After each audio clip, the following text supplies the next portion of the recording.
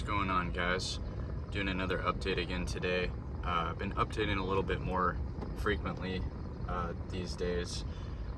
I've just felt like I've been in a place where it's helpful for me to update, and I also just feel like I've been really making a lot of just progress in terms of like what I've realized works for me. And this has been the most successful year I've had at this since probably like 2019. So I felt like it was important for me to just share what has been helping me to hopefully help you guys too. But yeah, been pretty crazy past few days. Just got a fresh haircut recently, you might have noticed. Yeah, I was dealing with some kind of frustrating things that happened in my life over the past couple of days. Nothing like major, but sometimes, you just have those days where stuff doesn't quite go the way you want it to, and you might have not intentionally done anything wrong, but sometimes people get frustrated with you for whatever reason, and that kind of happened to me a little bit over the last couple of days. So but you start to realize as you do this for longer that when those things happen, they may seem like kind of a big deal in the moment, but they really are not anything. Like almost nothing is ever as big of a deal as it seems in the moment. So what I'm going to talk about today are kind of two different things. But before I do, just to kind of let you guys know how things are going, I have had a pretty successful week for the most part. The only thing, actually, I would say I've had a really successful week, but the only thing that really has been kind of hard this week is I've just been kind of dealing with a little bit more ups and downs with how I've been feeling. I'm gonna work out today, and I think exercising is really gonna kind of get me out of that headspace. Not that I was in a bad headspace, but I just have kind of found myself like marinating a little too much on things, which I think it's just kind of natural when you go through transitional times of your life. I'm definitely less in transition than I was, but I'm still only a couple of months out from when basically my whole life kind of flipped upside down. So still been just processing and having just waves of intense emotions sometimes. But something I've really been working on during this time is just like allowing myself to feel those things, even though they're very difficult, and really just feeling it, and sometimes that's like the hardest thing to do. It sounds very simple, but I mean, most people, even myself included here, like don't necessarily always want to feel things, especially those when they're negative emotions. And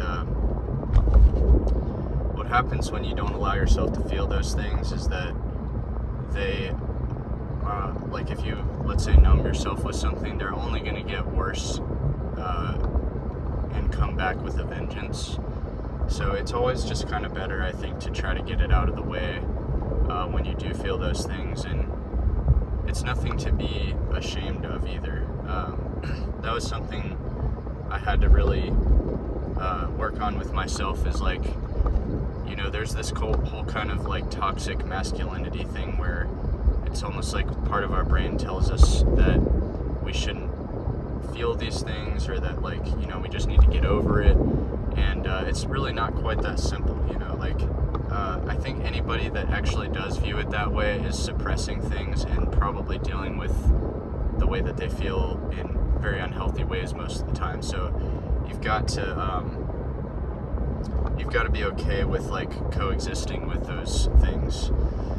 So what I wanted to actually get into today, though, is there's two things that I have really been using to deal with these moments when things do get difficult. one of those things is what I call diversions, or not what I call it, but what they are called.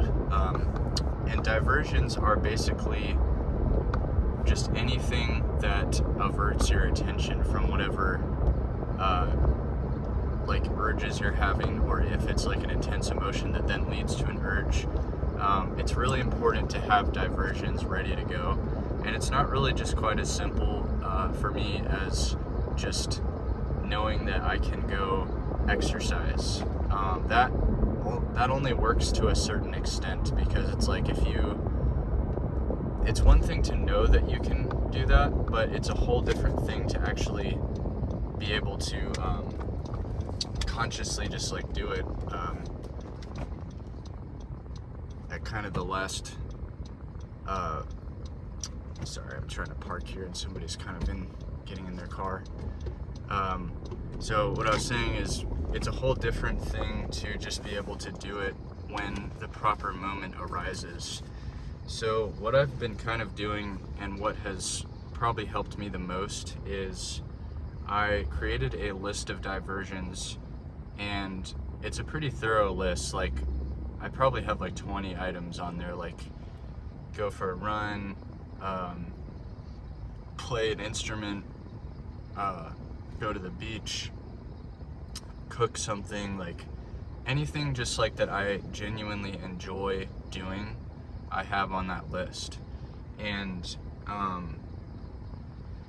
the list, though, I keep in a place that's readily available at all times. So I personally have it pinned to the top of my notes on my phone. You could have a physical copy, but I just find that my phone is on me at all times pretty much. So I felt that it was the most helpful to have it there. And whenever I do get these urges, I just look at my list of diversions and I pick whatever sounds most exciting in that moment from that list. And it's been really interesting, because it almost kind of like starts to program your brain that when you feel those intense waves, that the answer is not to do the unhealthy coping mechanism, but it starts to replace that pattern with the healthy coping mechanisms. And I personally have found this to be very important. I use it all the time, and not all the time, but you know, when those things arise. And I think you've just got to have something like that, because if you're just, again, relying only on this promise to yourself that you're going to be able to switch your attention to something else in the moment, sometimes when those moments occur, it's like almost like every other part of your brain just like shuts off. And if you don't have like some things to kind of back you up, like something like that to give you solutions in the moment, sometimes those solutions can very quickly just disappear from your mind, and it seems like you don't have any solutions. But then if you look at the list, it's like, oh wait, actually I have 20 different solutions that I could do right now. And suddenly it becomes a lot less scary of a moment to deal with. So that's one thing. The other thing that has helped, and this is something I actually got from my therapy sessions, the ideas. But the second idea was having a crisis support system. And sometimes you're gonna have urges where it's like a crisis situation where like you feel like there's no going back. And that is when it's actually the most important to do something about it. Sometimes we all make mistakes, and that happens from time to time. But basically what crisis support is it's a list of contacts that you can call no matter what. Like, they're not going to judge you, they're not going to shame you, and they might even be people that are going through something like that themselves. And you want to have I personally have like 5 people that I can call that are in that list.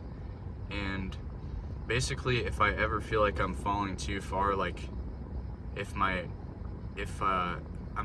let's say I'm having like kind of a bad day, right? Like maybe I am not feeling well, like I'm sick, and I am not able to do a lot of my diversions. There's usually always something you can do, but let's just say that you've convinced yourself that you can't do your diversions. Maybe you've been laying in bed for a while and you start to like spiral and you don't know what to do. You're like, I don't know if I can get through this.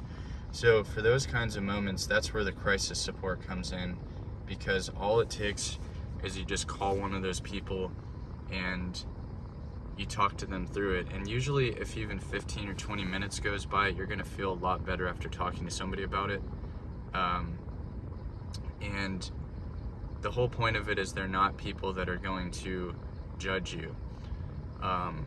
That's very important. And you do want to be very, in my opinion, selective about who you pick for that, because if they are people who might be prone to judging, then they're probably, for one, not really the greatest of friends if they do that, but also, secondly, it's not going to be helpful in that moment. And you might have an instance too where like maybe one of them doesn't answer, so then maybe you can call like another friend. So basically though, none of these are ever like perfect solutions to every single circumstance.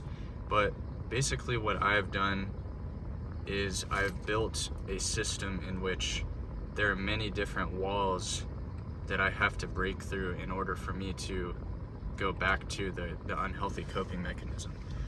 So it's not like, I basically have made it so difficult for myself that it's not really desirable as much anymore.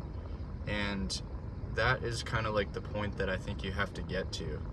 I think that willpower will only get you so far, unfortunately, and you really have to make the bad habit as unattractive as possible. Just make it like you have to jump through so many hoops to make it happen. And at that point, it's like if you finally do resort to it, you're not going to feel very good afterwards. Like you're going to feel like,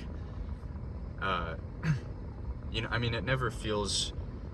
I think one of the issues with it though is that like sometimes it almost can seem like it's a good thing at first, but like you have to remember that you can either think with like the infinite mindset or the finite mindset. You can either think like short term, this is a solution to this pain or whatever that I'm feeling, or you can think, okay, yeah, maybe that would like relieve this right now, but it's only going to come back worse later. And you have to think about the long-term version of yourself, which is sometimes in the moment is really hard to do. But I've kind of gotten to this point where I've like started to fall in love with the idea of creating a better long-term version of myself, and I don't want to sacrifice that for anything. And you really kind of have to get to that point. Like, I think it's got to be something you want so bad that you are not willing to stop at anything to get there. But anyway, yeah, so last thing I want to say here is that I think you have to make these things as automatic as possible. If you're having to think about it too much, like if you're having to, again, search for something to divert your attention, or you're having to think of who to call, all these little barriers or not having barriers make a difference. So if you're having to do all these steps to get help or support, then it's going to be, probably even more difficult not to relapse. But if you do make it as easy as possible, it's like, oh, I just have to go to the top of my notes, I just have to do one of these things. The easier you make that, the easier it's going to be to get out of that mind state. So anyway, hope this is helpful to you guys. Hope you're having a good week and journey. Let me know how it's going in the comments.